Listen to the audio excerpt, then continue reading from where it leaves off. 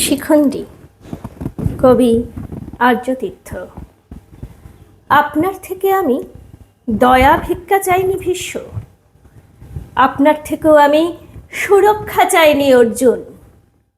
তবে কেন যুদ্ধের ভানে আমার বীরত্বকে, আমার দক্ষতাকে, আমার প্রতিহিংসা বোধকে এমনভাবে অপমান করলেন?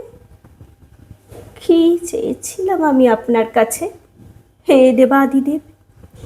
যার জন্য আমার গত জন্ম নিষ্ফলা হয়েছে, তাকে সম্মুখ সমরে সংহার করতে চেয়েছিলাম। বিনা অপরাধে আমার জীবনকে নরক করে দিয়ে ধিকি জ্বালানোর প্রতিশোধ চেয়েছিলাম আমি। তার বদলে দিলেন ক্লীবের জীবন। এ কি বর না উপহাসপিত? আসলে আপনারা চিরকাল নারীকে আপনাদের অধীন চেয়েছেন, বশংবদানুগত্যে যে নেবে পুরুষের তাবৎ অন্যায়ের দায়ভার।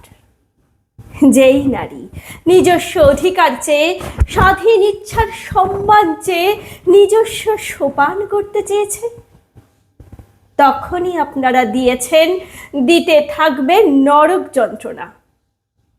পুরুষ দেবব্রত অপহরণ করলেন অনিচ্ছায়, পুরুষ শাল্যরাজ প্রত্যাখ্যান করলেন অমর্যাদায়, পুরুষ পরশুরাম হাত গুটিয়ে নিলেন অপারগতায়, আর এক পুরুষ ভগবান বরের আছিলায় দিলেন একটা গোটা জন্ম ক্লীবত্ব। ভুলটা আমারই। এতদিনে বুঝলাম, যখন আমার সামনে কুরুক্ষেত্রের ভীষণ যুদ্ধে নিরস্ত্র ভীষ্ম, অথচ আমার অক্ষম বাণগুলি তার বর্ম থেকে নির্বিকারভাবে ধুলোর মতো ঝরে পড়ছে, এবং পিছন থেকে অর্জুনের দিব্যাস্ত্ররা ক্রমান্বয়ে রক্তাক্ত করছে তারই পিতামহকে, তখন আমি আমার ভ্রান্তি অনুধাবন করলাম।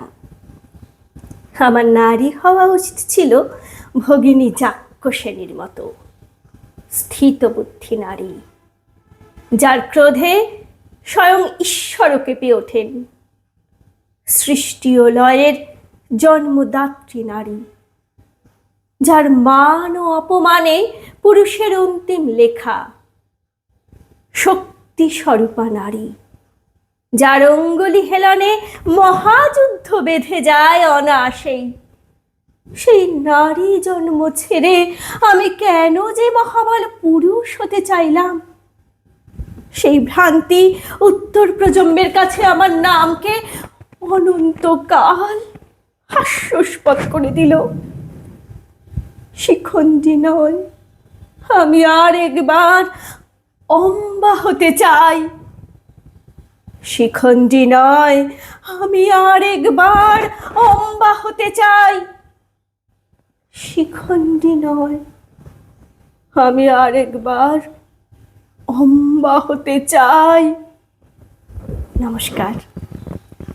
আজ শহরের কথায় একটি অন্যরকম কবিতা উপস্থাপন করলাম, সঙ্গে আমি নন্দিতা।